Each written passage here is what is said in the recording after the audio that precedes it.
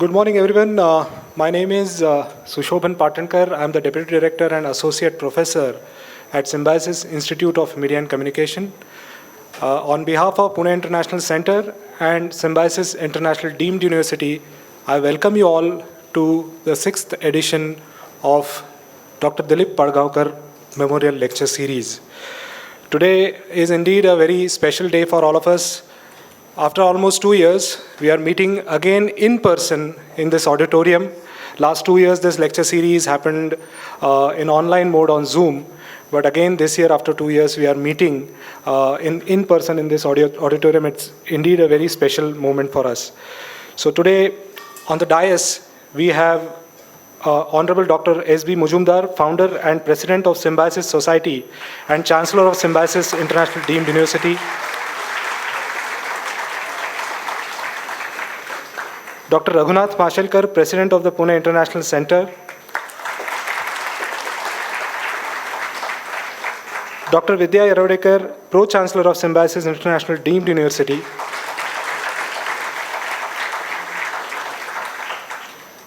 Dr. Rajni Gupte, Vice-Chancellor of Symbiosis International Deemed University. And today's esteemed guest, Ms. Yogita Limaye, BBC South Asia correspondent.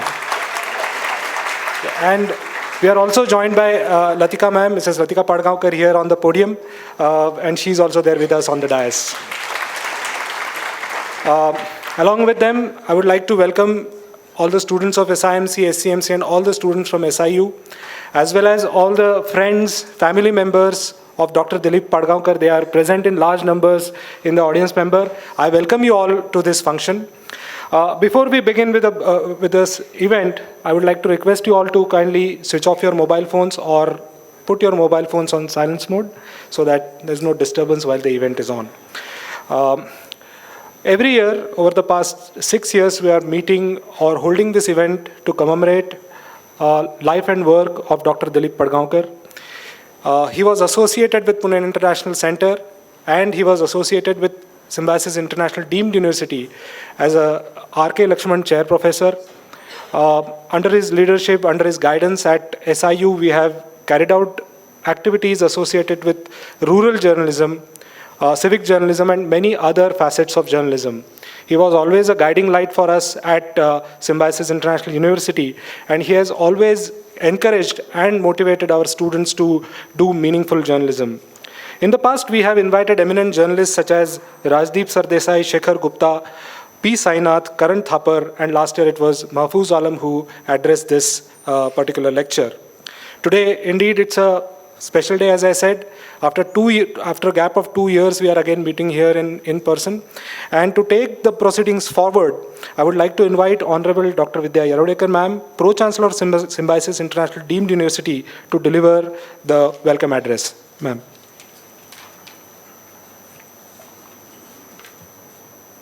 Thank you very much, Sushobhan. Ms. Yogita Limaye, who appears young, almost like a student, but a very erudite speaker and a journalist par excellence, the chief guest for the Dr. Dileep Padgaonkar Memorial Lecture this year. Dr. S.B. Mujumdar, sir, the Chancellor of Symbiosis International University. Dr. R.A. Mashelkar, sir, the Chairman of PIC. Dr. Rajni Gupte, the Vice Chancellor of SIU, and my dear friend and mentor, Latika Padgaonkar, who's an important personality today. We also have very eminent members from Symbiosis as well as PIC and young students who are here in the audience. Dileep Padgaonkar and Symbiosis were, very, very, very close. I mean, it wasn't just the organization or the university that was close to him, but we as a family were equally close. And I remember that when he decided to settle down in Pune, the first thing that Dr. Mujumdar sir told him that he should teach young students. And he did so well. It wasn't just the students of the media and communication, but he taught across all institutions of Symbiosis, as Sushobhan very rightly said, as a R.K. Lakshman Chair Professor. He wouldn't just teach students of media, humanities, and other disciplines, but I have also heard him teach the students of the School of Culinary Arts. And I distinctly remember his lecture on the origin of jalebi. and he would, speak so well and make it so interesting. And I remember that he had even donated a large number of books from his library, which were books on culinary science. So he was a personality. In fact, he was an institution, and we all miss him. But every year we remember him on the 25th of November, and of course on the day that we celebrate, I would say, a lecture in his memory. And I'm sure his spirit and his thoughts continue in symbiosis. The School of International Studies that we established in 2012 came out of our discussions with him. And I remember him telling us that you must get the discussions on external affairs and on Indian foreign policy out of Delhi to the western region, and it should be in Pune, because in Delhi, the speakers and the audience remain the same. People will find such discussions more interesting in the city of Pune than really what people find it interesting in Delhi. So he would come up with wonderful ideas, and there were several institutions that we established, during our informal talks with him. And today, he still remains with us, and, we haven't yet found our R.K. Lakshmanche professor to fill, his vacancy. This was his association with us.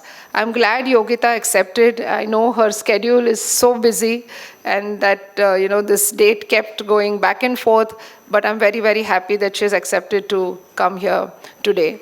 And Yogita, you're going to speak on a very pertinent topic. It's not just about what students and all of us listen in news about Ukraine and Afghanistan, but I think in a world which is now getting more and more nationalist, I think the relevance of the age-old concept of Vasudhaiva Kutumbakam, when Dr. Muzumdar sir established symbiosis and gave this motto of believing that the whole world is one family, I think that is, the philosophy that will probably come out of the talk that you deliver today. Because it's not just conflicts in a region that affect that region, but how conflicts in any particular region or any geopolitical crisis affects, not just the neighborhood, but the world at large, and certainly affects lives of young men and women who study in universities. I know for sure that students from Afghanistan are facing so much of problems that those who have gone back home are just stranded and cannot continue their studies here. And those who remain here are again stranded because they don't know what to do. And I'm sure this would be the same with students from Ukraine or Indian students who are studying medicine in Ukraine. But apart from studies, I'm sure this impact trickles down in the neighborhood and across the world. And with the conversation that I had with Dr. Muzumdar sir, he gave us a wonderful idea of how we can bring in Vasudhaiva Kutumbakam as not just a shloka of the Upanishads and, related to just spirituality, but look at how this shloka from the Upanishads gets intertwined in science and technology. And I think with more and more that you look at what is happening around the world, you realize the importance of Vasudhaiva Kutumbakam.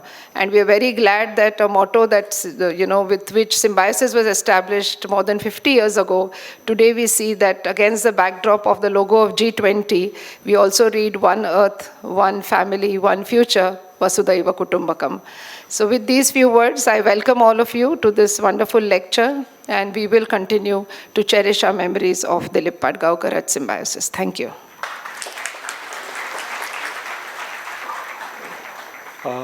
Thank you, Vidya ma'am. Now I would like to request Dr. S.B. Mujumdar to felicitate our speaker for today, Ms. Yogita Limeye.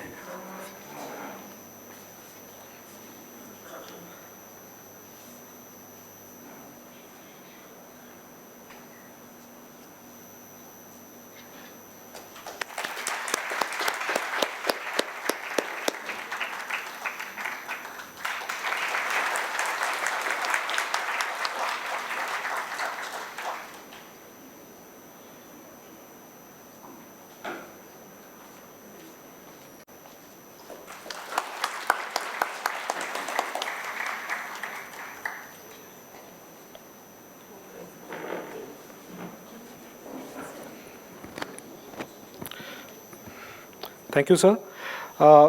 It's now my honor to invite Honorable Dr. Raghunath Mashelkar, FRS National Research Professor and President of Pune International Center and close friend and colleague of Dr. Dileep Padgaonkar to address the gathering.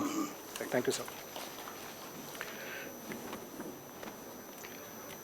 our most revered Dada, Professor S.B. Muzumdar, Dr. Vidya Yerodekar,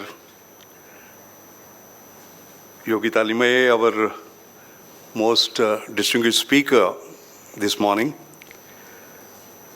Dileep Padgaonkar, Dr. Rajni Gupte, members of the Padgaonkar family who are there in the audience, friends and admirers of Dileep Padgaonkar, members of Pune International Center, most importantly, the generation next that I see here, ladies and gentlemen. Let me extend a very warm welcome to you all on this 6th Dileep Padgaonkar Memorial Lecture. When we talk about Dileep, it is very hard to believe that he is no more. And although he is no more, he is everywhere as far as we are concerned.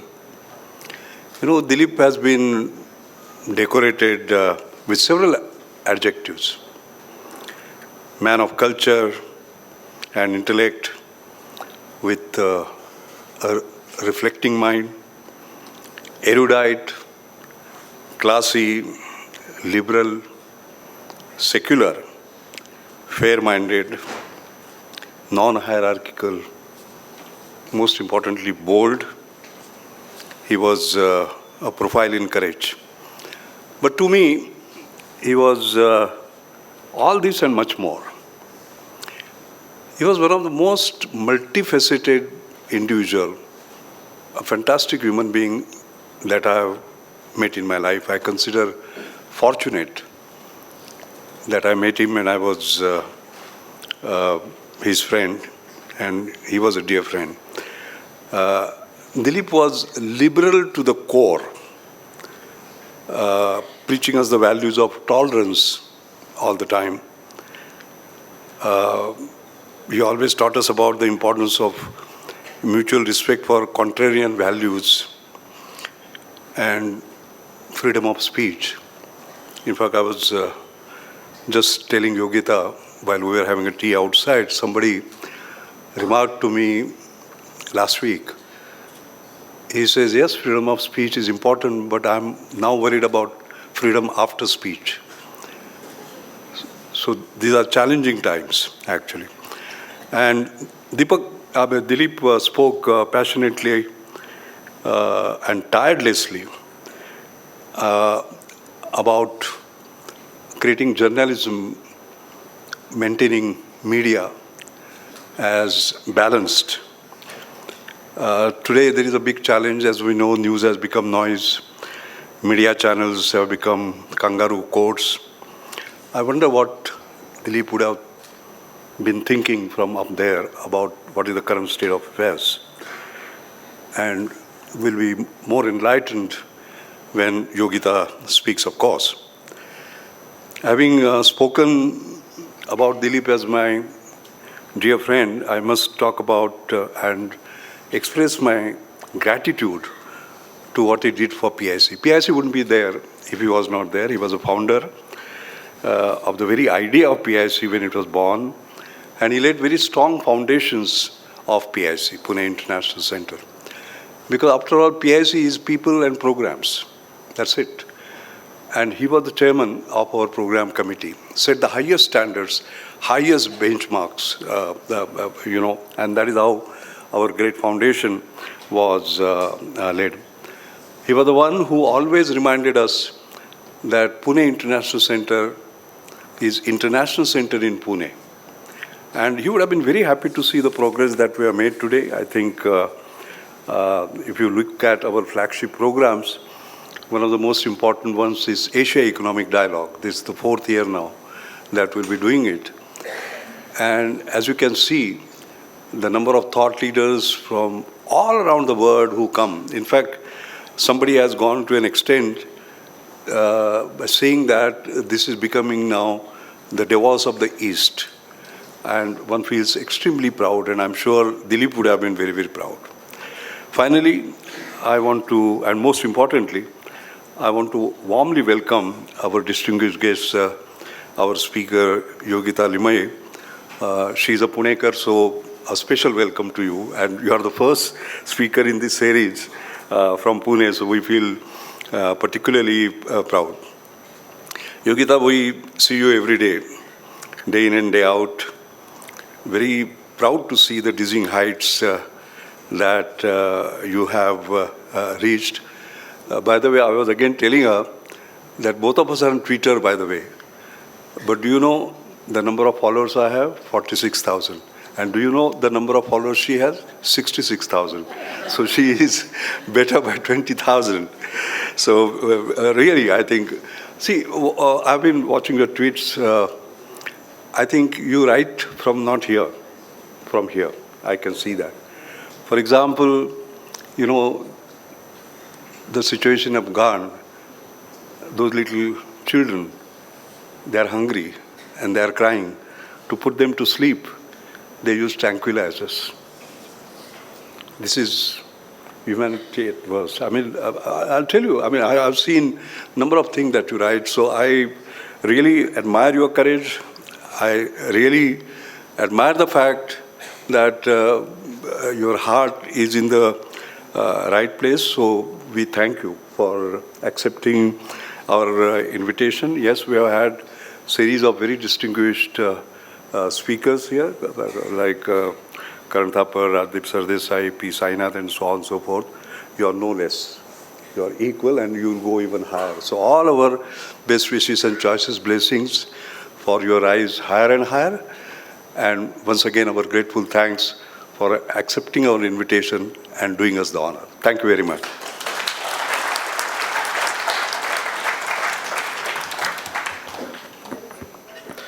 Thank you, Dr. Mashelkar. Now, I would like to invite Honorable Dr. S.B. Mujumdar, founder and president of Symbiosis Society and Chancellor of Symbiosis International Deemed University, to address the gathering.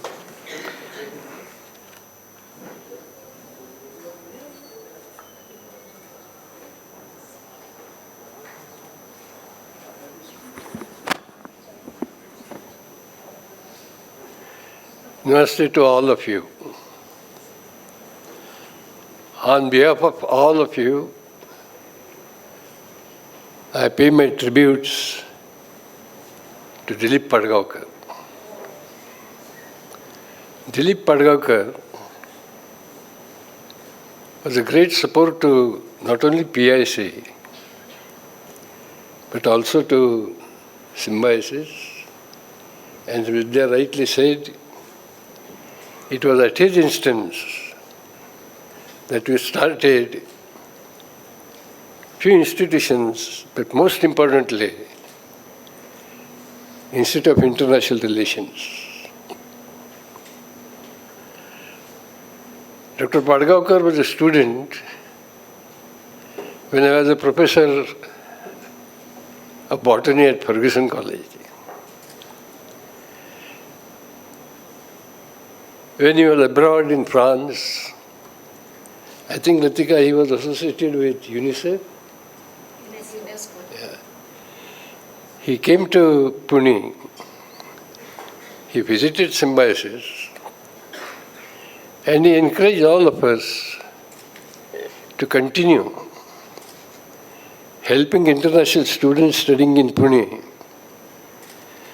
because that is what is going to help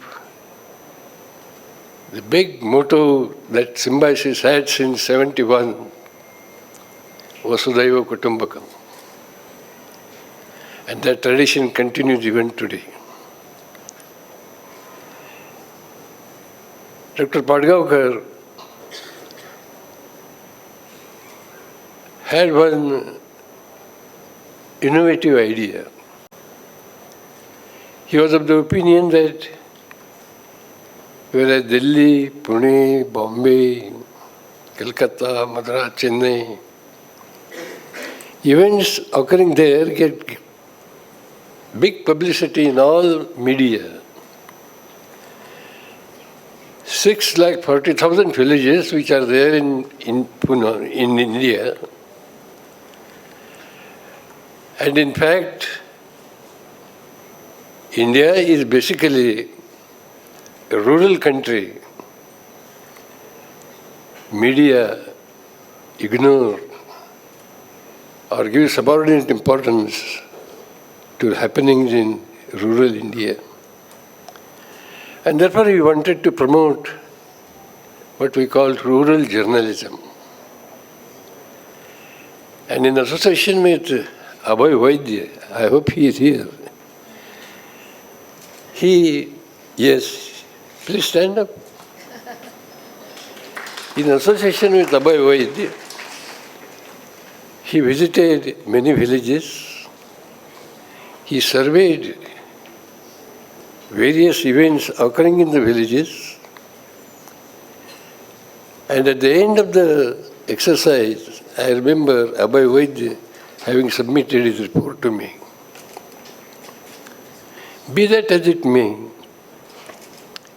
I am glad that this year's Padgaonkar Memorial Lecture Series is being organized on a very, very, very important day.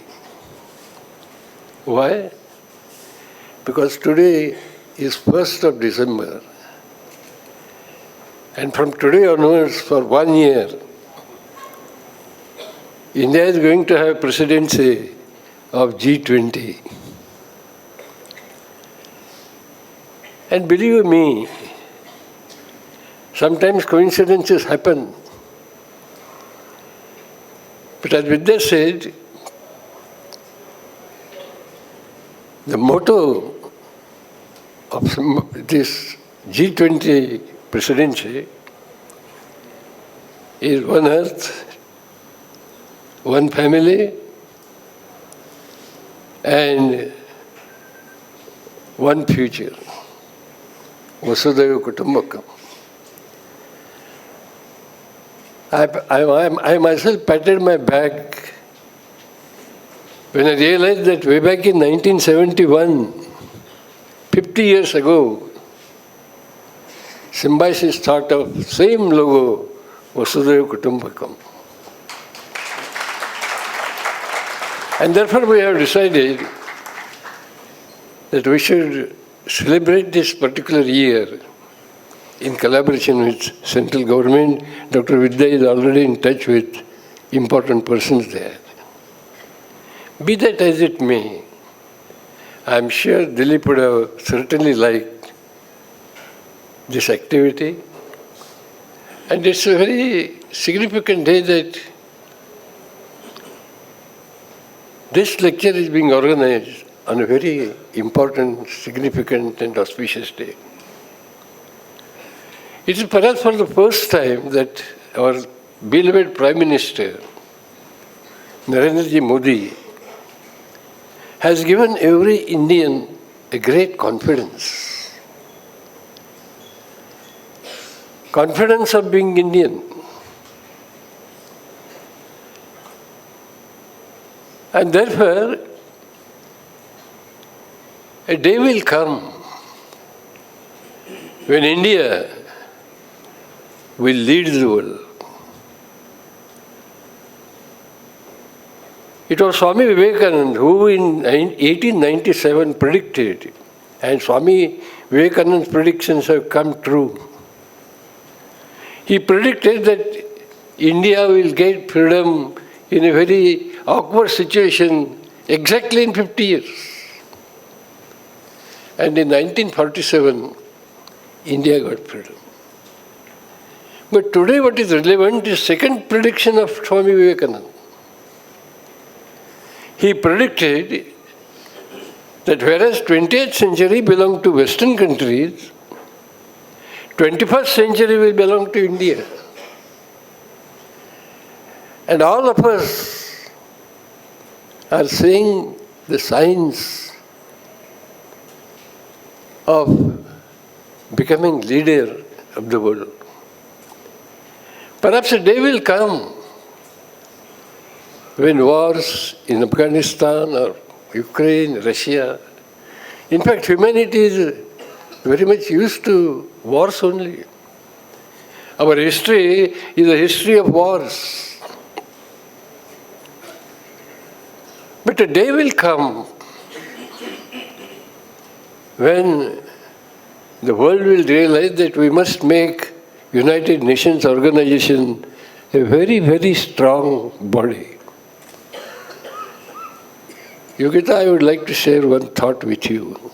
Perhaps you will make your own comments. I do feel that United Nations, as it stands today, is very ineffective. United Nations Assembly is very democratic. Representative of every country can speak as much as he wants, whether there are other members or not in the house. But nothing happens beyond delivering lectures. So United Nations Assembly is very democratic but very ineffective. But United Nations Security Council, which is the most effective body, is dictatorial. Even if one country says veto power, uses veto power, nothing happens. So there is something wrong with the very architecture of United Nations Assembly and United Nations Security Council. And our Prime Minister is strongly advocating that something is wrong with United Nations organization. Security Council should be more democratic, and India should find a place of honor in Security Council. I think if this happens, if United Nations organization and Security Council truly become democratic and also effective, so at least some of the problems of the world may be solved. With these few thoughts in my mind, Yogita, I thank you on behalf of PIC, on behalf of Symbiosis, for your time, for your presence. But addressing more than these senior persons like me and Dr. Mashelkar, please address those youngsters who are sitting in the auditorium. Because they are our future, they are the future of India.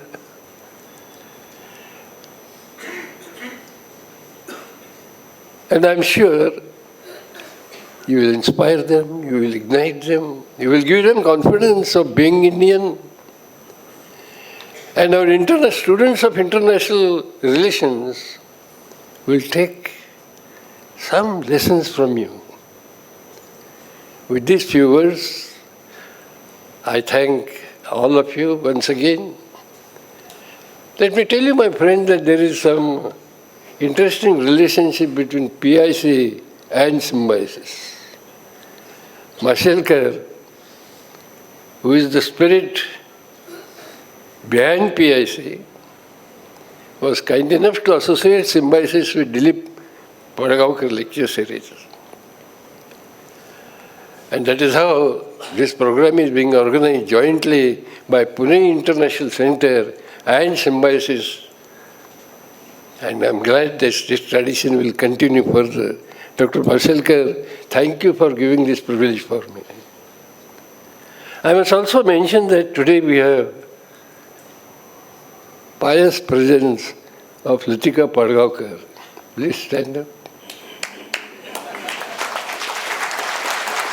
Thank you, Latika, not only for helping Vidya to select a speaker for Dileep Padgaonkar lecture series, but thank you for guiding Vidya as to how to organize the function, how to select our chief guest. Thank you so much. And I must tell the audience that today's speaker was the choice of Latika, isn't it? Thank you so much.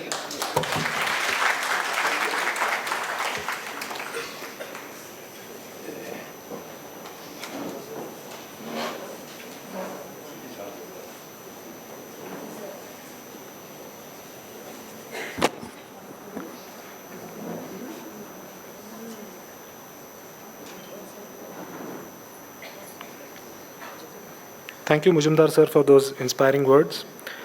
Now I would like to introduce speaker for today's session, Ms. Yogita Limaye, BBC's South Asia and Afghanistan correspondent. For over a decade, she has worked with the BBC, producing television, radio, and online reports for global and UK outlets of BBC News. Some of the top stories she has covered include the war in Ukraine, the war in Afghanistan, and the Taliban's takeover of the country, the COVID crisis in India, the Rohingya refugee crisis in Bangladesh, elections in India, Bangladesh, Sri Lanka, the 2015 Nepal earthquake, and the 2008 Mumbai attacks. She has done stints for BBC in the US, South Korea, and the Middle East. As a presenter, Yogita has anchored BBC programs including Talking Business, India Business Report, Reinventing India, and Witness, and hosted live events including BBC's annual Sportswoman of the Year.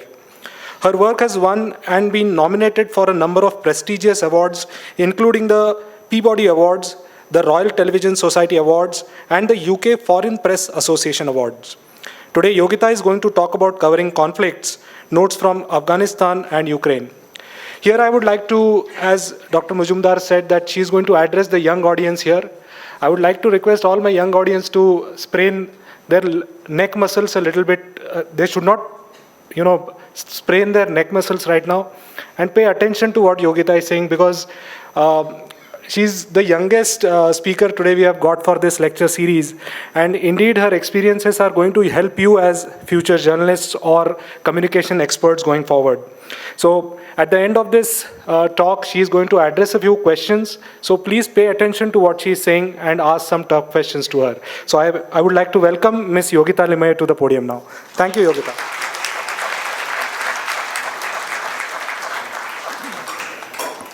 Thank you very much, Sushoban. Sushoban and I are old colleagues and friends, so one more reason why I'm very happy to be here. Thank you for the generous introduction. It is a huge privilege and honor for me to be standing here today. There are many reasons for that. I will very briefly sum up a few. Pune is the city of my birth. It's also the place where I went to college. It's where I made some of the dearest friends of my life, and some of them are here today. It is also equally significant because this lecture is in the memory of a very rare journalist and editor, Dileep Padgaonkar. He was rare in his own times, but I think he would have been particularly valued today when journalism, democracy, democratic values are going through an incredibly difficult time all over the world. I didn't have the good fortune of working with him, but I've heard and read a lot about him, particularly from Rajdeep Sardesai, who actually was my first editor, for whom Mr. Padgaonkar was his first editor.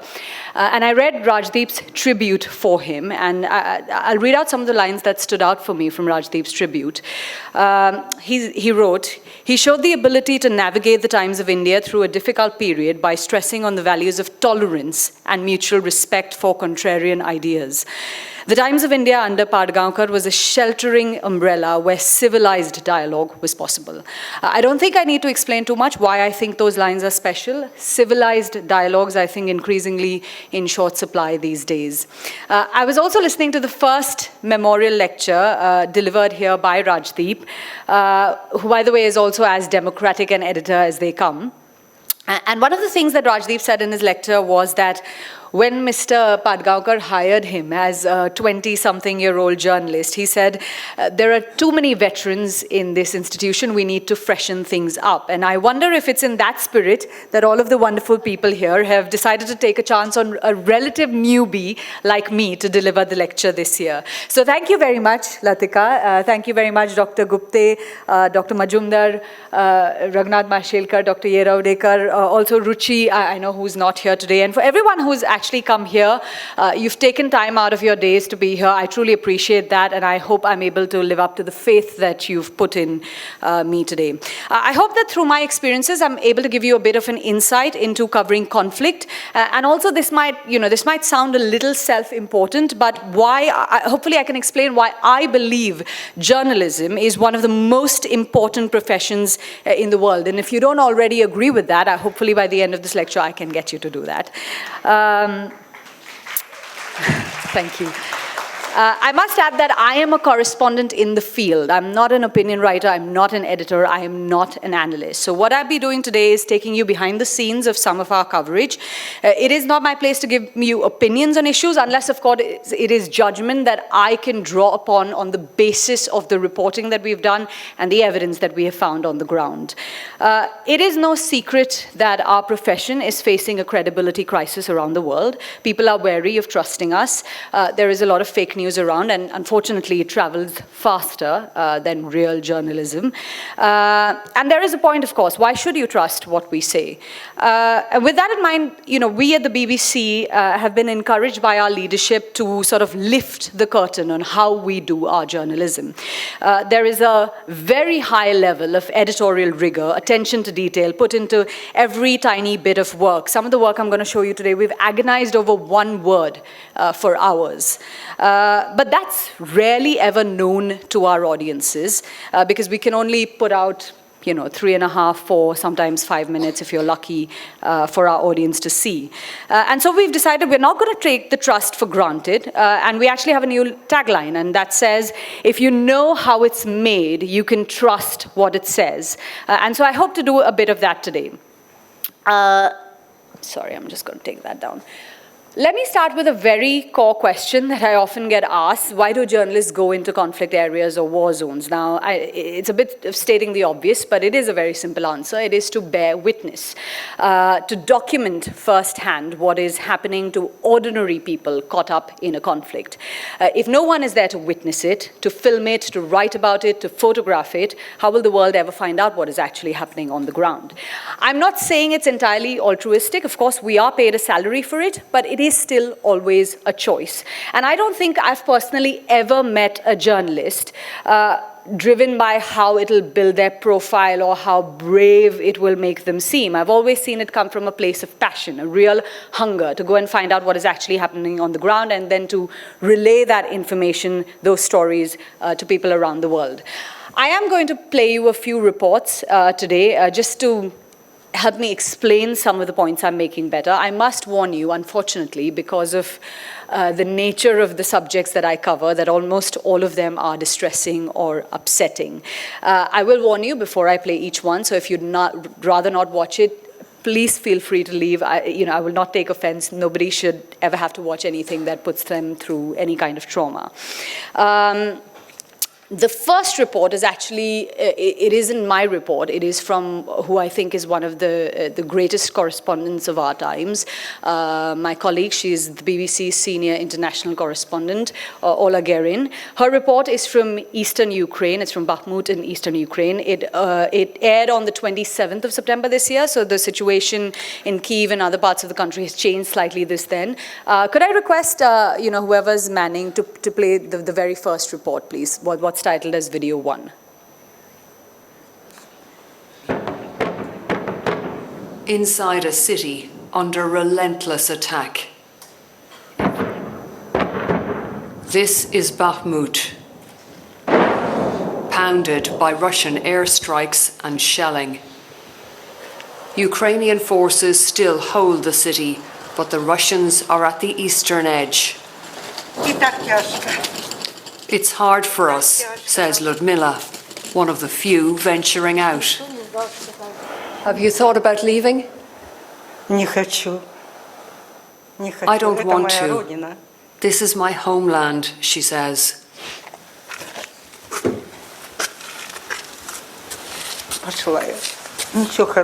I wish you well, she adds. Others are desperate to go, but facing a dangerous wait. Irina flinches at this all too familiar sound.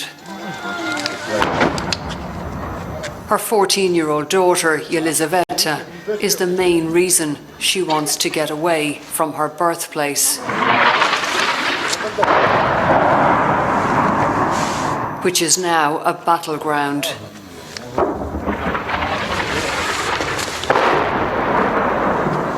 As we wait with them, we lose count of the shells. What a memory for a teenager to take away from home. It's easy to see and to hear what people need to get away from.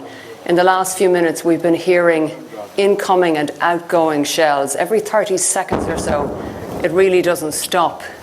This city is in the center of a fierce fight now between Russian forces and Ukrainian forces. Everything is okay, Irina says, trying to reassure Yelizaveta. It's very hard to go, she tells me. It's only because of the war. The main thing is to save my daughter's life and to take our cat and kittens so that we all survive. Rushing in to get them out, Sergei Ivanov, a volunteer with a van and a tattoo that says "Seize the Day." He's been doing just that for months, evacuating frontline areas. I feel happy when I see smiles on these faces and I heard thanks. It's perfect. It's why I'm here. It's like I'm main mission, like my life for these people. And you are risking your life every day. I think it's usual for me and usual for any Ukrainian people, any Ukrainians. Loading up essentials. Beta has the pet carrier and Irina grabs the final bags. They're beginning a journey to the relative safety of the capital, Kyiv. Nearby, we come across a victim of the morning's shelling called Andriy. There's no let-up. For over an hour, his body can't be moved. The living keep walking.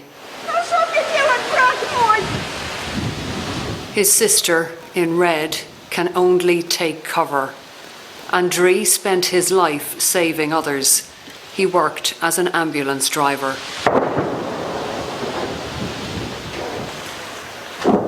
As Russia tries to take this city, it appears ready to destroy it, a pattern we have read in the ruins before. Shell, kill, repeat. The Russian army way. Orla Guerin, BBC News, Bakhmut.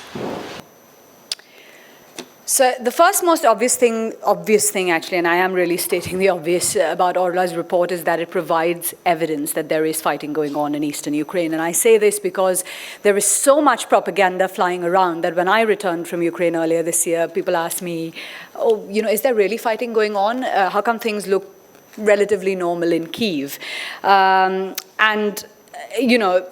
Kyiv is hundreds of miles away from where the fighting is now going on, and in places people have to start economic activities, they have to start living, they have to start surviving wherever they can. So in places that are not under heavy bombardment, where fighting is not going on, yes, people are trying to be as normal as they possibly can, those who cannot leave, and not everybody has the choice to leave. I think the second more crucial reason that this report, in my opinion, is so significant is because it doesn't dwell on what kind of weapons are being used or how many platoons, how many soldiers. It is at its heart a story about suffering. It is about the suffering of people caught up in this unimaginable situation, about those who want to leave, those who won't, those who can't, those who've died, those who've been saved, and those who did the saving.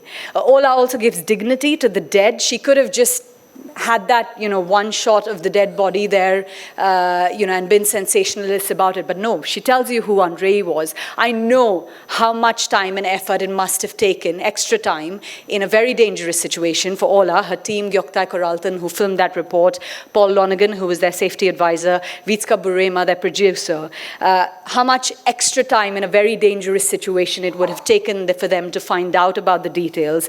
But that's what they did. Why is it important? Well, I can show you a dead body, and it'll be distressing and alarming for a second. But if I tell you who the man was, if I tell you he died saving people, that he was an ambulance driver, it has the potential to touch you. It has the potential to make you actually relate to this person. And so here I'm going to quote from another great icon of our field who died doing the job that she loved, Marie Colvin, the great war correspondent who died in Syria 10 years ago. And this is what she said. "My job is to bear witness. I have never been interested in knowing what make of plane had just bombed a village or whether the artillery that fired at it was 120 millimeters or 155 millimeters. It has always seemed to me that what I write about is humanity in extremis, pushed to the unendurable, and that it is important to tell people what really happens in wars." When you deploy to a conflict zone, it is not a decision that's taken lightly. At the BBC, we go through a very rigorous risk assessment process with our editors and our safety advisors. It's not signed off until every eventuality is thought of and risks mitigated to the extent that is possible. Of course, you cannot control things in a war zone, but you can be prepared to get yourself out of there before things get too hairy. But apart from all of that, for me personally, there is only one main question I ask myself before going on a high-risk deployment. Are we going to get to the people who are suffering? Are we going to be able to bring their stories out in a way that just maybe somebody will care and someone will help? For me, it is the only reason worth taking any risk for. There is not much point standing in front of a camera with bombs going off around you unless you're going to be able to throw light on the human cost of war. It isn't about showing off, about getting to these places. It is about the people caught up in it.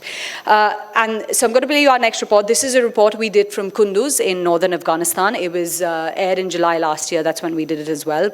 So it's roughly about 1 month before the Taliban seized power in the country. They seized power on the 15th of August last year. Kunduz city is the capital of Kunduz province. Except the city, except that provincial capital, the whole of the province had been taken over by the Taliban. It was a city under siege. And I'll take you a bit more behind the scenes of it once you've watched it. My dear friends and colleagues Sanjay Ganguly and Mahfouz Zubaydi were on the field with me when we did this report. This is titled Video 2.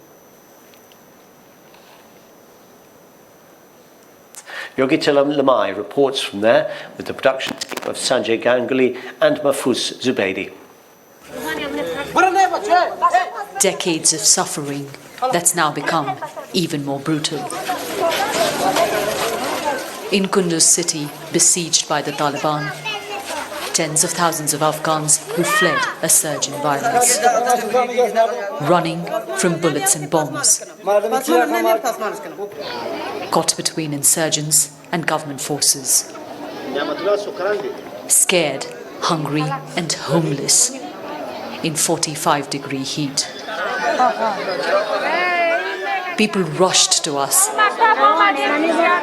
to tell us their stories. It's nearly impossible to count how many they've lost. Naz Bibi said 6 of her family were killed a few weeks ago, including her husband and 4 sons. We couldn't even identify their remains, she told us. The Taliban had entered our home and were shooting at government forces. Then, a government plane dropped a bomb on our house. War is devastating people across the country as the Taliban gain more territory every day and foreign forces leave. Nasima's husband and 3 children were killed when a mortar hit their home. I'm numb with grief. Every day I cry thinking of them, she told us. I'm alone. I have nothing. Niamatullah is malnourished, she said. Her other son, Jumma Khan, barely speaks. He has shrapnel injuries and struggles to walk. They're among hundreds here who've had to run for their lives more than once. Binafsha fled from her rural district to the White Bridge area of Kunduz city. That too got bombed. All of her 3 sons were killed. There was heavy fighting and I lost my beautiful sons. Their bodies were ripped apart. I wish I'd died too. I can't live with this pain, she said. There's no one to care if I'm dead or alive, so I'm just sitting here. Where should I go? We went to White Bridge, where Binafsha fled from. We saw signs of battle and evidence that a part of the city is no longer under the control of these soldiers.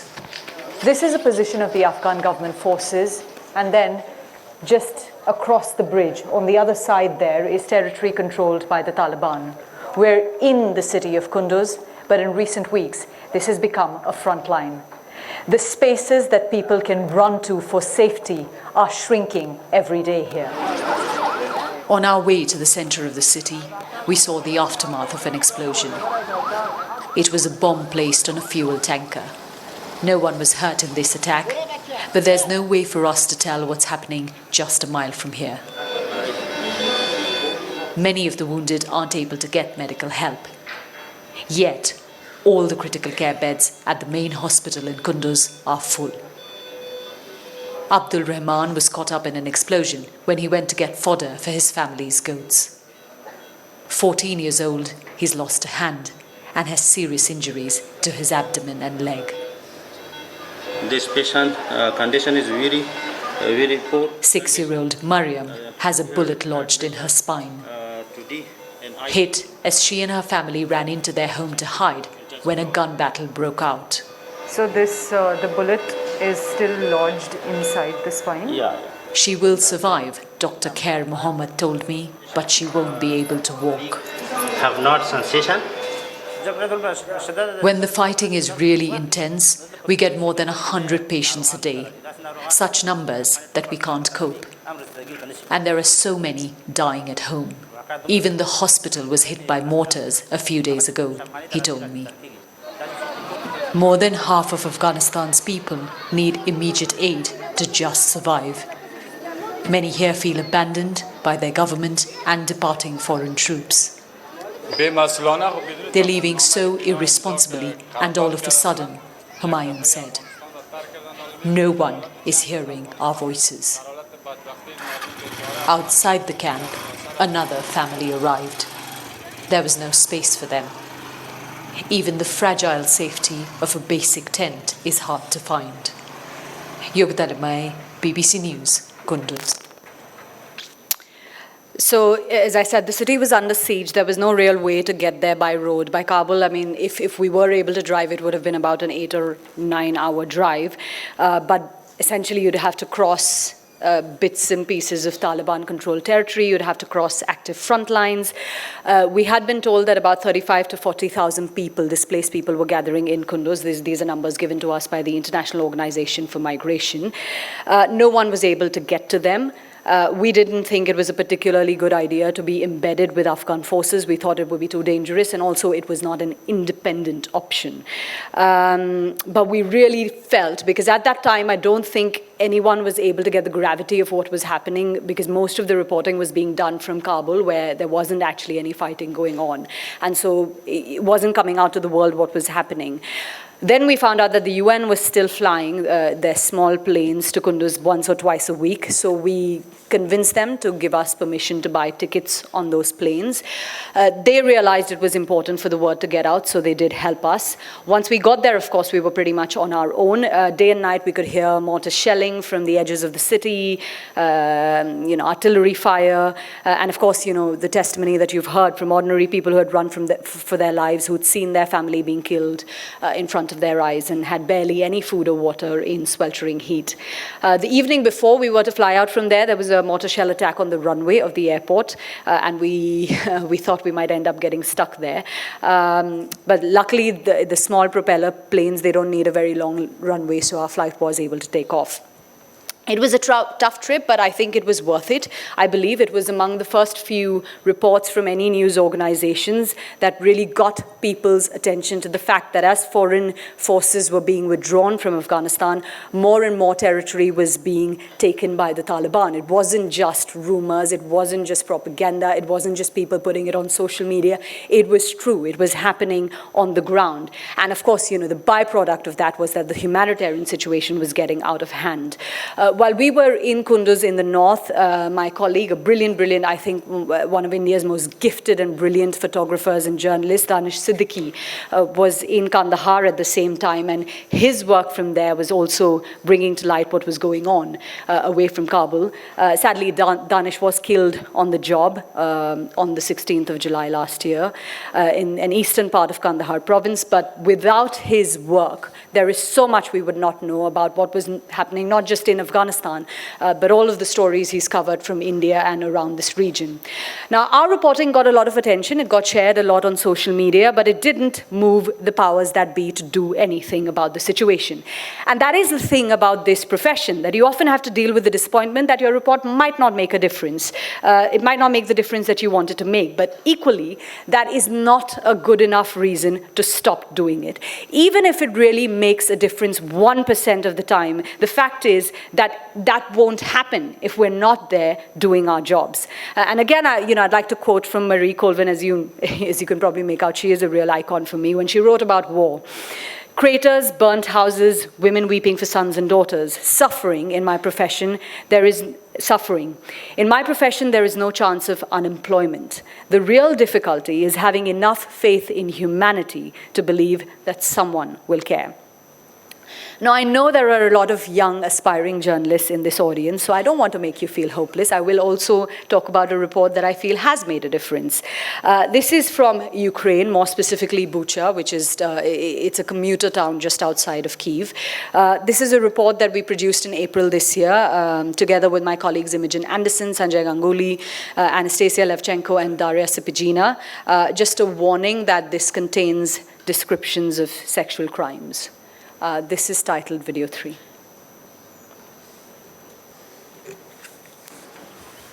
A quiet rural neighborhood shattered by barbaric violence. In a village west of Kyiv, a first-hand account of rape by invading soldiers. When we started talking to this woman, we didn't know what we were about to hear. We are hiding her identity to protect her. A soldier entered our house. My husband and I were there. At gunpoint, he took me to a neighboring house. He was ordering me, "Take your clothes off or I'll shoot you."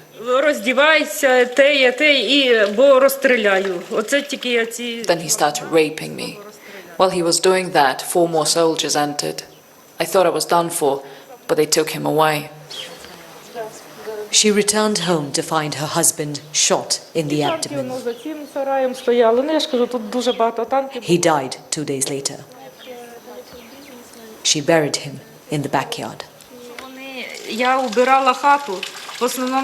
I found drugs and Viagra that they left behind.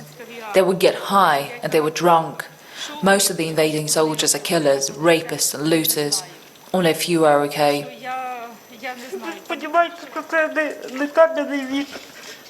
I want to ask Putin, why is this happening? I don't understand.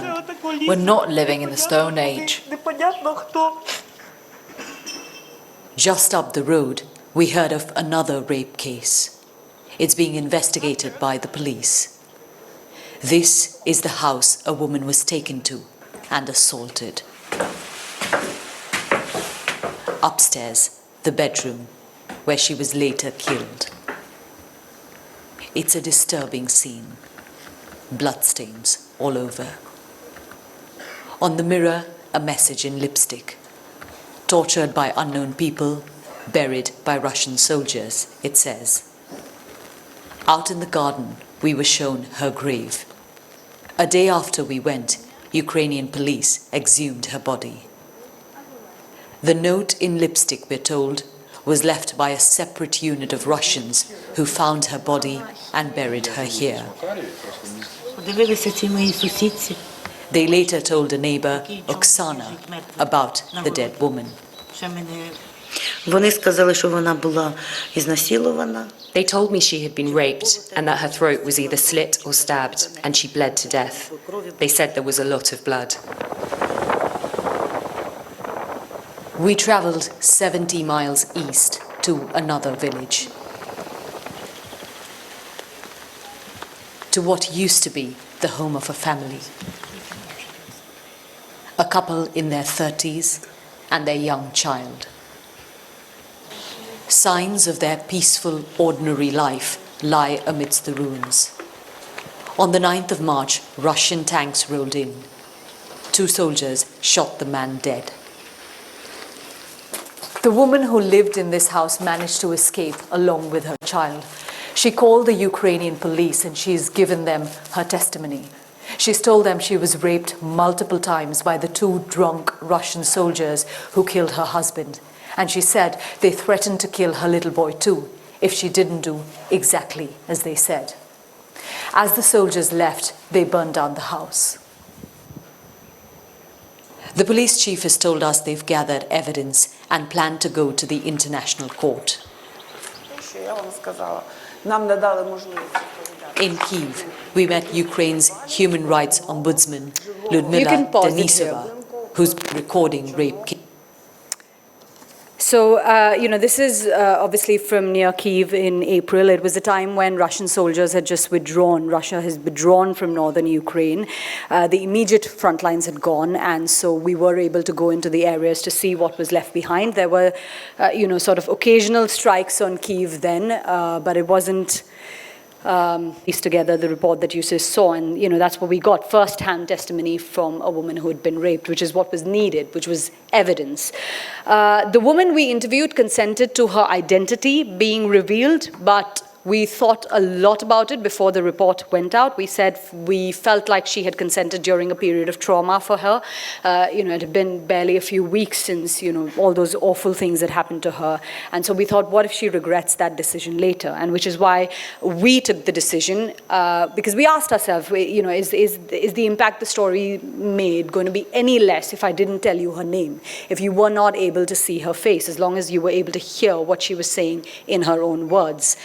And we thought it would make very little difference, which is why we took the decision not to reveal her identity. It was the first, and just again, this is, we can only, when we air a report, it's only about 4 or 5 minutes long, but we didn't take anybody at face value. We asked multiple questions to different people, trying to piece it together, trying to make sure, digging deeper. The more you ask questions, if people are lying, the more questions you ask, you'll find out they're being inconsistent. So that's what we did. It took a lot of work. You can't see all of it in that report, but that's what went into it. It was the first bit of proper evidence of sexual crimes against women, and as is with such things, more and more evidence began to come to light once it was out there. We shared the information we had with the consent of our contributors, with UN investigators. Some of what you saw is now documented. It is a part of a war crimes report released by the UN in October, and hopefully it will be taken to its logical end, will be presented at a war crimes tribunal. This is evidence that cannot be denied, it cannot be erased. No one can say it didn't happen, because we, my team, other journalists, we documented it. And so no matter how disheartening the profession can be at times, we must carry on. With this particular report, I won't say male journalists would have not been able to do it, but I think it was definitely easier being, we had 2 women, Imogen and I, who were on our team. It was definitely easier for us to talk to women and ask them what were really private and sensitive details. And so that brings me to the next question I often get asked, is there any difference being a woman covering a conflict? Now, I don't really think gender makes a difference at all, frankly. In some places it makes things easier. In other places, like Afghanistan, for example, sometimes it makes things harder.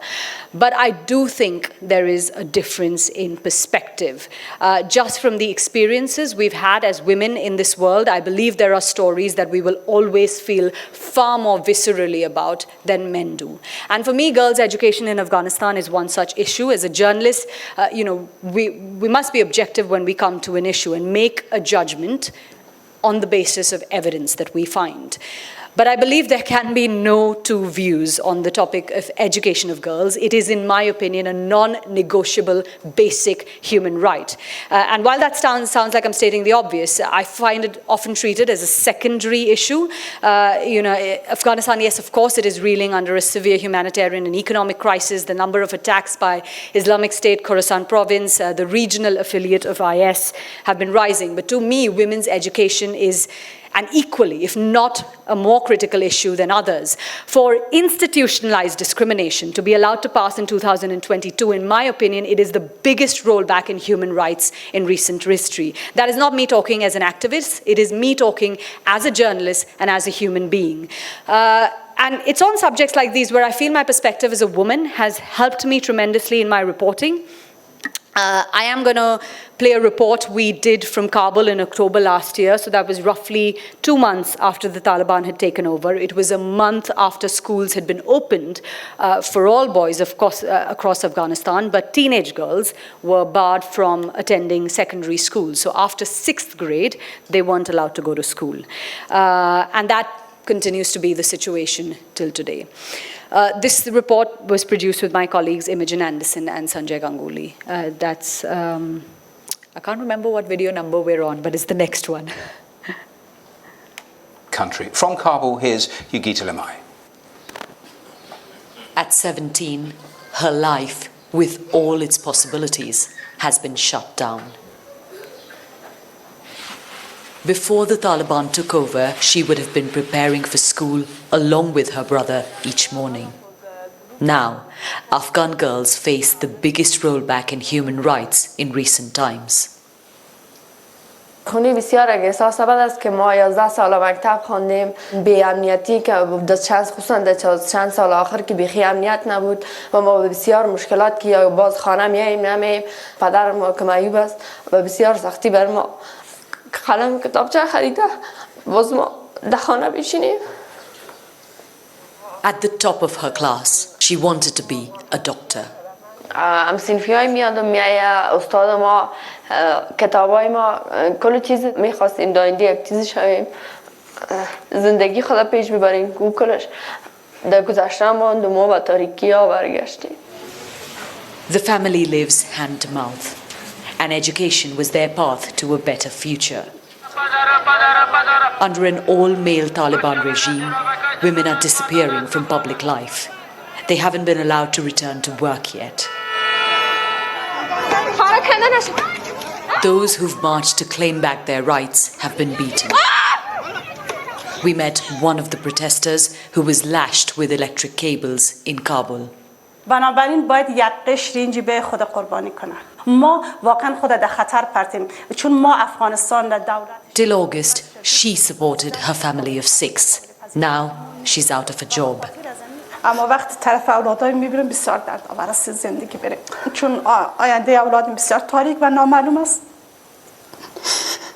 و از یک خودم استقلالیت خدا ندارم و از یک نمیتونم واقعا تحصیلی که کردم و آرزوها و آرمانهایی که داشتم. The Taliban are keen to show they're more moderate than their last time in power. Their actions so far belie the claims. This used to be the Women's Affairs Ministry, which no longer exists under the Taliban government. It's been replaced by the Ministry of Vice and Virtue, which used to be the most feared section of the previous Taliban regime. What future do women have in an Afghanistan ruled by the Taliban? We're here to ask. It's hard to imagine Afghan women journalists would get to question the Taliban like this. Surrounded by their men, I asked a Taliban spokesman when girls could go back to school, women to work. دا چې هغوی خپله نه ځي موږ خو څوک په زور نسو راکش کولی چې تاسو مکتب ته لاړ شئ په عموم کې موږ منع نه ده کړې ما مخکې وویل چې موږ پلان لرو چې په ټول هیواد کې دغه مکتبونه یا ښوونځي د جنکۍ پر مخ خلاص شي. Your government, your leaders have said that women should not return to work right now because of the security situation. You've said the same thing about girls going to secondary schools. So it's not true that you have allowed them and they are not going. هغوی په لومړی کې ونه شو کړلی چې دومره زر جنکۍ ته د مکتب ته تګ لاره برابره کړي بلکې کلونه یې واخیستل نو تاسو ولې په موږ باندې دومره اصرار کوئ چې یوازې یو څو ورځې وروسته موږ وکولی شو چې هغوی ته دا زمینه برابره کړو. How much time don't you think the women and girls in your country deserve to know when they can go back to their education, when they can go back to their jobs? څومره چې زر موږ کولی شو لار به ورته برابره کړو. نورو ادارو کې چې دوی حق جوړیږي او د دوی ته ضرورت وي په هغو ټولو ادارو کې به دوی کار کوي. They're the future of Afghanistan, but half of this country's population has no place in it right now. Afghan girls are asking if the world will hold the Taliban to account. Yogita Lamai, BBC News, Kabul. The reason why that is...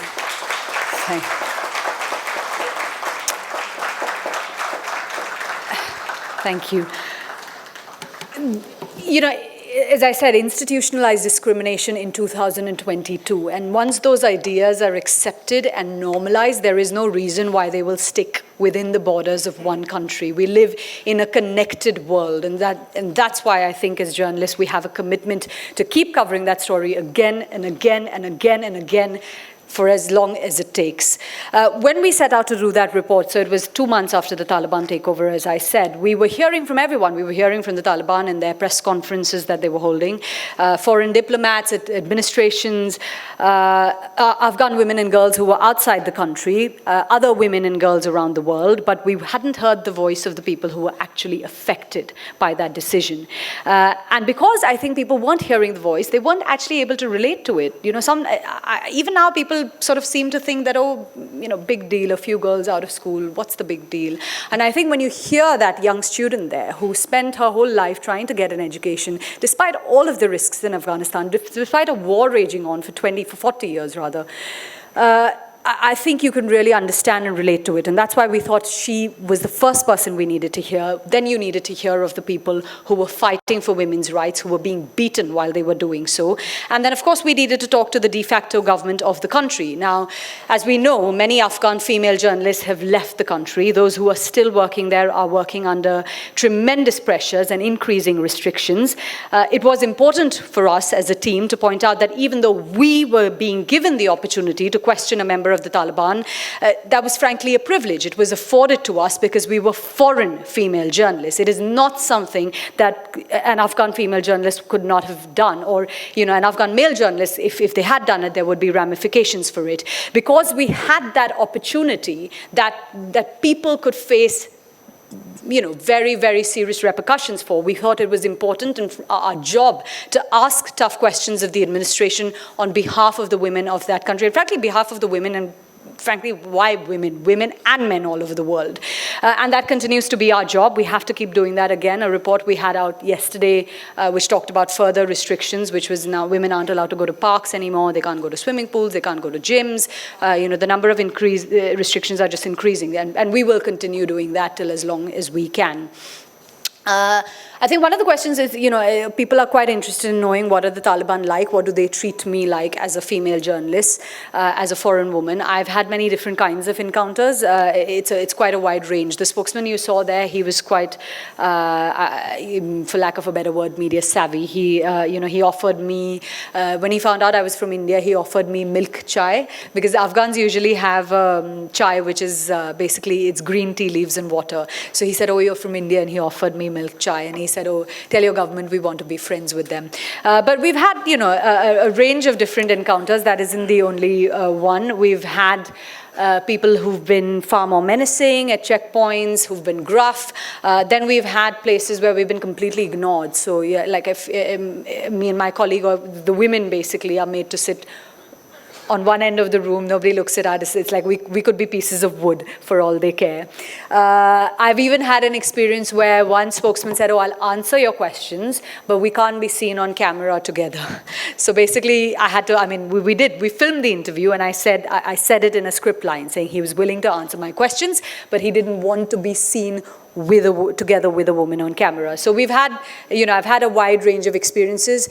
Again, you know, I must keep pointing out, this is only because I am a foreign woman working in Afghanistan. It would be extremely different for an Afghan woman working. This time when we went back to the Ministry of Vice and Virtue, we were actually sitting outside in a car for about 1.5 hours because we were women, and women are not allowed in that ministry, essentially. Afghan women are not allowed in that ministry. It isn't the only one. That was the one we had the first-hand experience with, though. So it took them about 1.5 hours to figure out what to do with us. Then they checked whether we're foreign. They checked whether we're wearing a hijab. And finally, we were permitted inside. On the issue also of wearing hijab, sometimes people ask, why do you dress like that when you have to be there?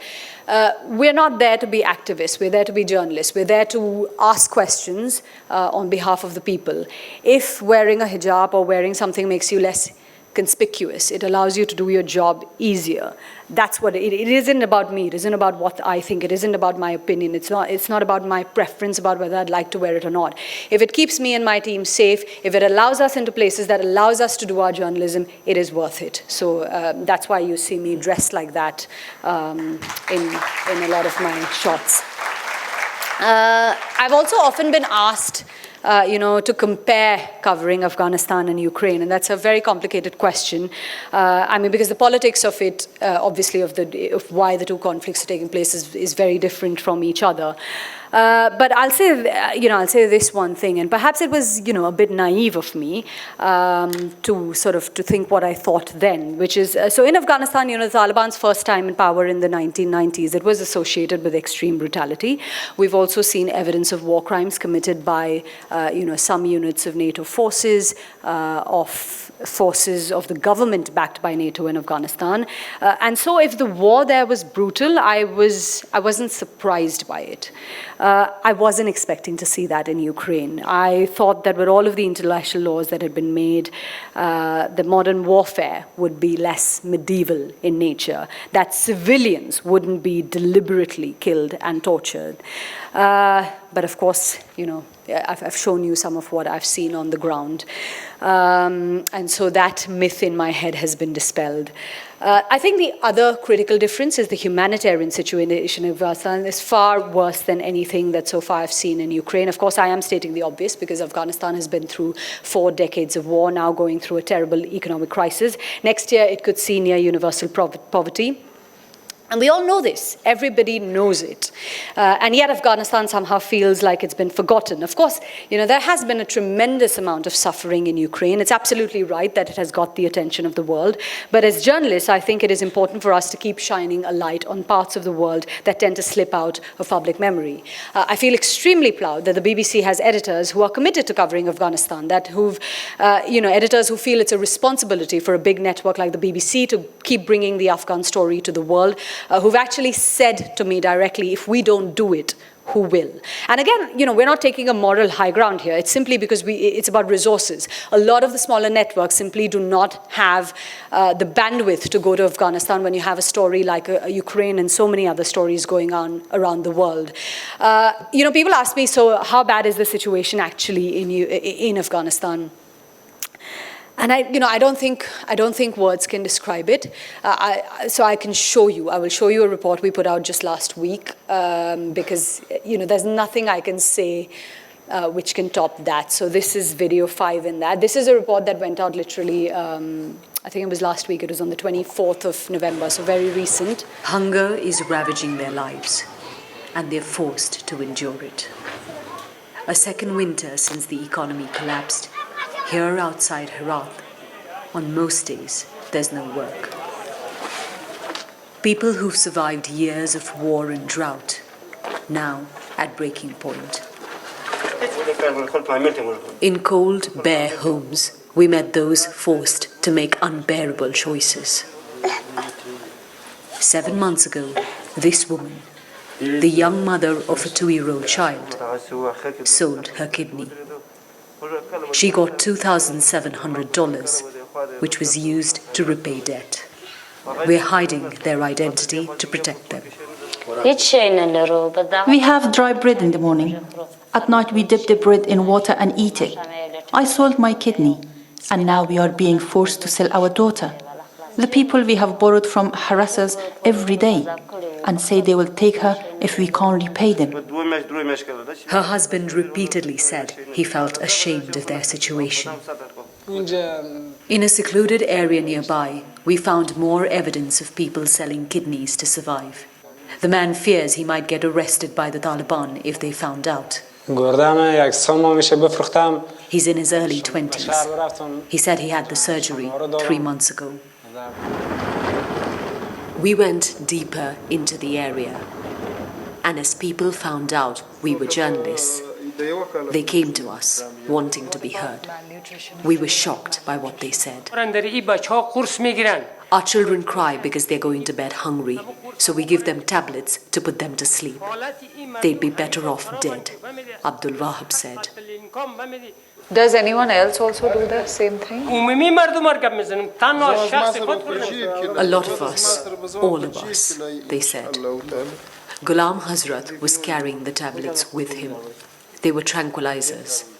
Others later also showed us antidepressants they give their children. In the market, you can get 5 tablets for the price of 1 piece of bread. Ghulam said he gives it to his 1-year-old.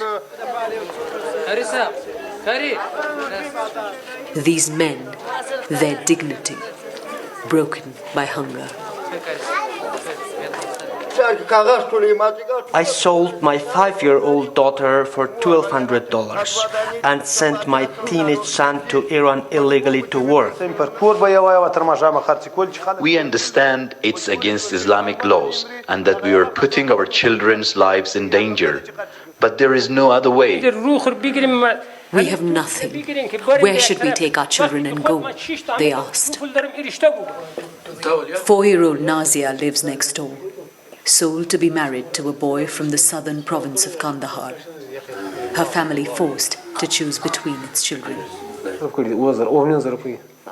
I needed the money to buy food and some medicines for my son. Look at him. He's malnourished, Nazia's father, Hazratullah, said. At 14, Nazia will be sent away. We didn't have to look hard to find these stories. They were behind every door we walked into. From what we've seen and heard, we know that there is a disaster unfolding on the ground here. Hunger is a slow and silent killer, and often its effects aren't immediately visible.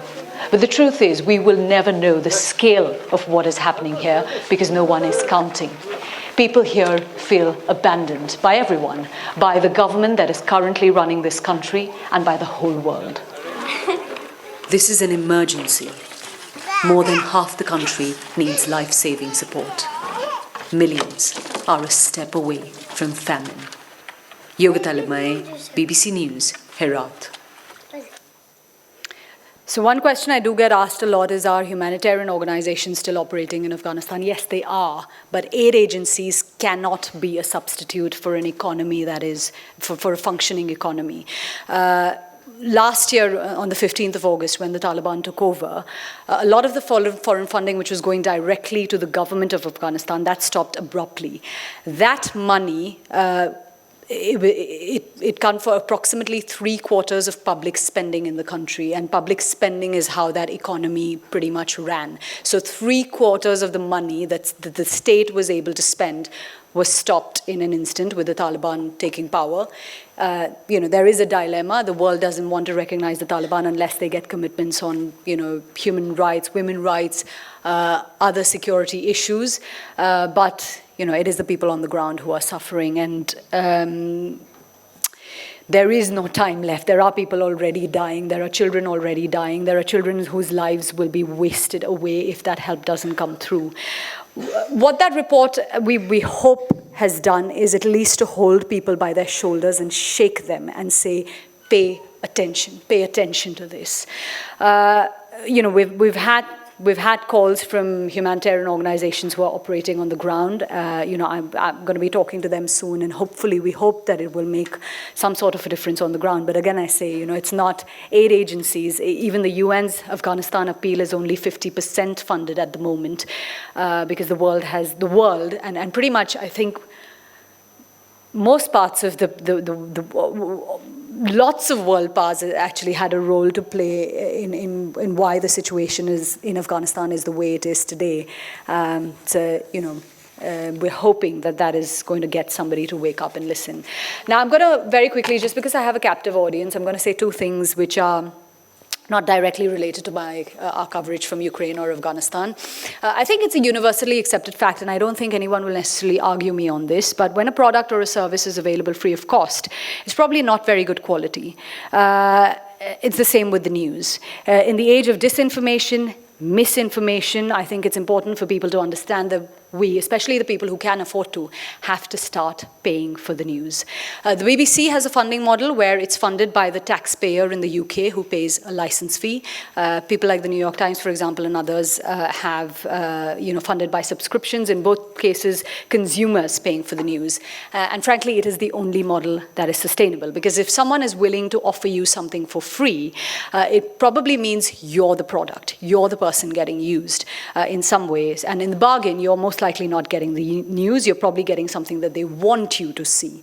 The other thing is there is no real remote way of covering a story. So if you see people covering a story from the studio and people opining about the issue, what you're getting is, some kind of a news talk show, but it can never be a substitute for on-ground journalism where, a reporter, and it shouldn't just be a reporter doing live after live standing in front of the camera, the reporter needs to be given time to actually talk to people, to establish facts on the ground, to actually cover the story. So perhaps you'll keep that in mind next time you're watching the news, wherever it is, whether it's on your TV screen. Increasingly, we're watching it on our mobile phones. Right before I end, a final thing about covering conflict. It is hard. It is hard physically. It is hard emotionally. Everyone I know develops their own way of dealing with kind of seeing that, being exposed to that. In my case, I lean very heavily on my family, and I wouldn't be standing here talking to you about covering conflict without them. My mother, who's here, without whom, frankly, I made a switch from engineering to journalism. I would never have done that without her. My family, my sisters, my brother-in-law, my nieces, my other mother, my mother-in-law, and above all, my husband, who are, frankly, the wind beneath my wings. And then, of course, my father, who we lost 6 months ago, Shashikant Limaye. In Pune, I think a lot of people knew him as the Metro Man. As a child, I would sit beside him and watch the news, and that's how perhaps I first got, I would listen to all these names, Boutros, Ghali, and wonder what the hell is going on. But anyway, I think that's how I got into the news. Even now, every time there was a big news event, he would call me, waiting to discuss it. He inculcated in me this, with his own arguing and me being able to argue back, he kind of helped me make my defenses, my reporting more meticulous, more attention to detail, finding the evidence to actually state what I'm stating, who I also later find out was my personal public relations executive, who I think sent some of my work also, forwarding my work to people here to Latika. But I think very importantly for me, he taught us about democracy, tolerance, and equality in our home. Pune was his city, and so speaking in this city, which was home to these two men, Dileep Padgaonkar and my father, who were both incredibly democratic men, I think, this is, it is a truly special day for me. I will remember it forever. I wish my father would have been here to see it, and I know he would have been sitting there. Anyway, in television or in video, we always say shorter the better. I know I've already gone over time, so I'm going to stop talking now. My heartfelt thanks to all of you again for this opportunity, to the Pune International Center, to Symbiosis, and all of you, of course, for being such a wonderful, lovely, patient audience. Thank you.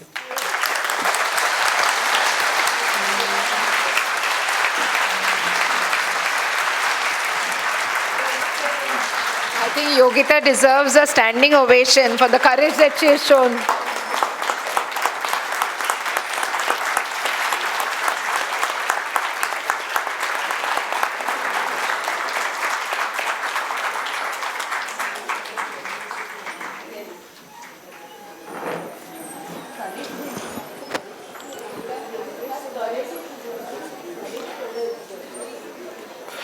Thank you, Yogita, for that very enthralling talk. And I just love that one particular line from the voiceover, that behind every door there is a story. I just wish you all the best, and may you get all the courage to knock such doors where there is a story, and you get such stories for all of us. That's what I wish you. And thank you so much for sharing these experiences with us. I'm sure all of us are going to take something with us today, that we have experienced something extraordinary today. Kudos to you. Well done. I mean, I'm really proud of you. Thank you. I know we are running out of time, but I think we have scope for about 2 questions. So if you have any questions, you can go ahead. Yes, sir. Sir, rather I would ask my student members. One second. Yes, I have got one question already. Yes. No, ma'am, there is one question I got actually.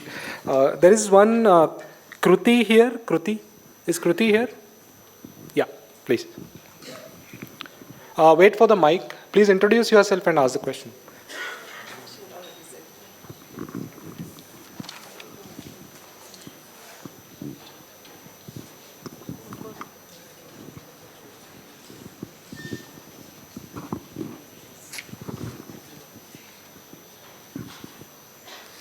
Good afternoon, ma'am. Good afternoon, sir. So my name is Kruti Dave. I am a student of journalism from SIMC. My question is, how do you frame questions while interviewing Taliban spokesperson to bring out the absolute truth? What is their immediate response to questions that may tarnish their propaganda?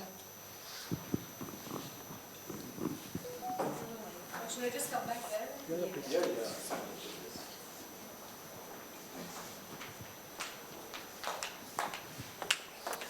So I think not just, there isn't a different way for framing questions for the Taliban. It would be simply for, any questions we do for any interviewer.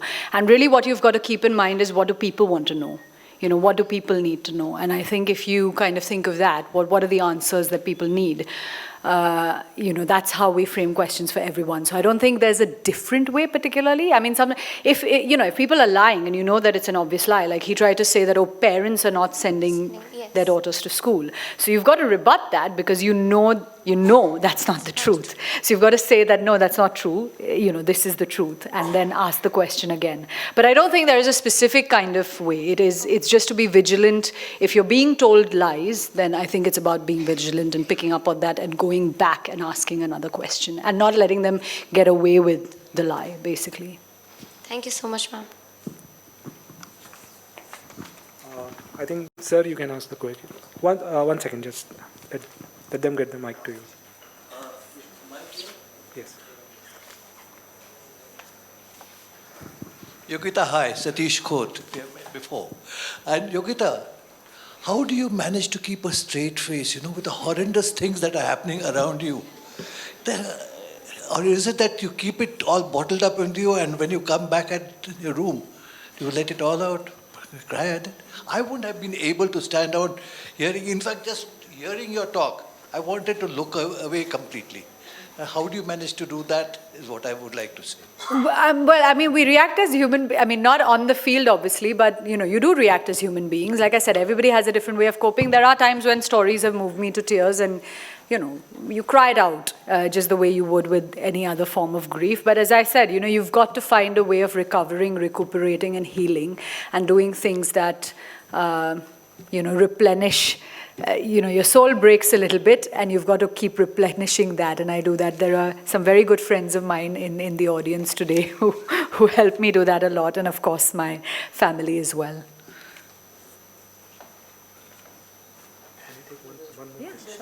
We'll take the last question now. Yes, there is one hand over there. Okay. My name is Amitabh Bhave. I am an ex-student of Symbiosis. Just I want to know one thing. Those who have a power in hand always wins, even if he is a bad or a good. In this situation, what is the effect of all these news documentaries on Vladimir Putin, who has a power in his hand? So the ultimate answer towards humanity, this should happen, that should happen, that will not happen if we do not have a power in hand. So I think that what is the solution to all this situation, which is worsening day by day in all over the world? So as journalists, I don't think we can necessarily provide a solution. Our job on the ground is to bear witness, to make it known to the world. It is to question those in account. It is to question those in power. It is to hold those in power to account, to ask questions on behalf of the people, to ask for information that we can find, provide evidence of, for example, if there are war crimes going on, it is our job to go and actually, it's not, the Ukrainian government, whichever government says it, you can't take it at face value. You've got to find the evidence of it and being able to put that out. So I don't think, I don't think of my role as a journalist has solutions to offer. I think my job is to bring the truth out. Thank you. That's all we have time for. So I'm now going to invite Dr. Abhay Vaidya, Director of Pune International Center, to deliver vote of thanks. Abhay, sir.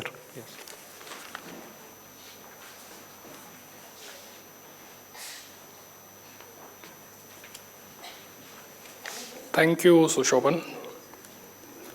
Mitra ho, namaskar. What a powerful lecture. What a powerful and memorable lecture on journalism we've just had.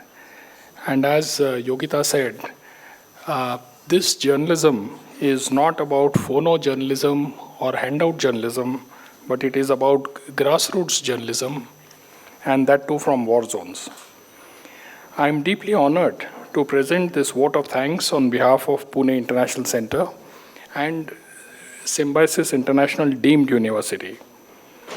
The BBC is celebrating its centenary this year, and we are so very fortunate to have BBC's South Asia correspondent, Yogita Limaye, as our chief guest at the 6th Dileep Padgaonkar Memorial Lecture.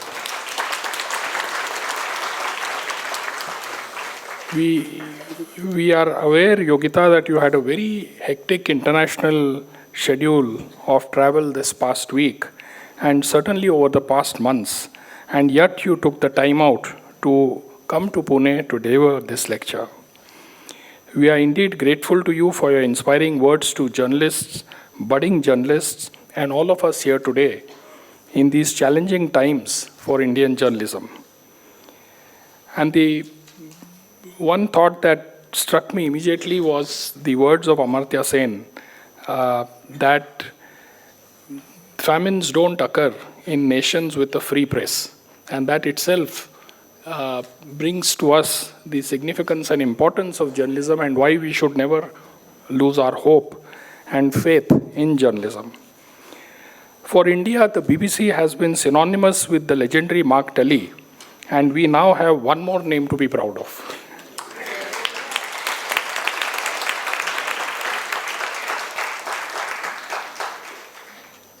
Dileep Padgaonkar was my mentor and friend, and I worked closely with him at the Times of India, at his television company APCA, at the Symbiosis R.K. Lakshman Chair, and at Pune International Center. I wish to emphasize that he went out of his way to give extraordinary opportunities to youngsters within and outside journalism. He was there for us. He is here with us today. We remember him fondly, and I can see him smiling. Dada Muzumdar, you are an institution maker, an institution builder, and one of the founders of Pune International Center. We are so very grateful for your presence here today and for your inspiring words. You spoke of symbiosis and Vasudhaiva Kutumbakam and India's G20 presidency, which begins today. I am happy to inform you, sir, that Pune International Center has been selected as a knowledge partner by the Government of India for India's G20 presidency on WTO reforms.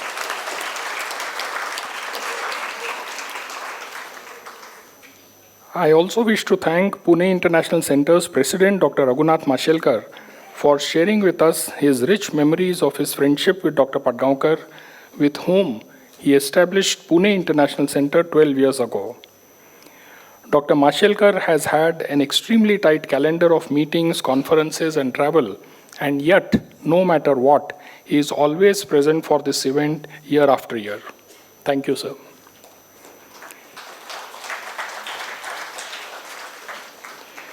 Pune International Center Policy Research Think Tank has grown from strength to strength in these 12 long years, and for this we are grateful to Dr. Mashelkar, Dr. Vijay Kelkar, all the founders and trustees of PIC, who include Dr. Vidya Irodekar, and as I mentioned, Dr. S.B. Muzumdar.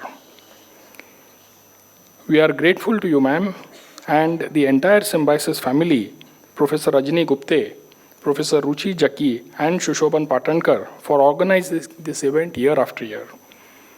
Finally, I wish to thank my colleagues at the PIC, Kiran, Mandar, Tejas, and the entire team for helping us organize this event. and to all of you, dear members of the audience, online and offline, for your presence here today. Thank you very much and have a great day ahead.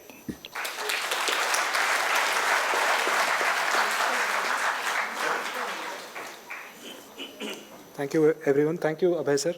Now the dignitaries will leave the dais and yes.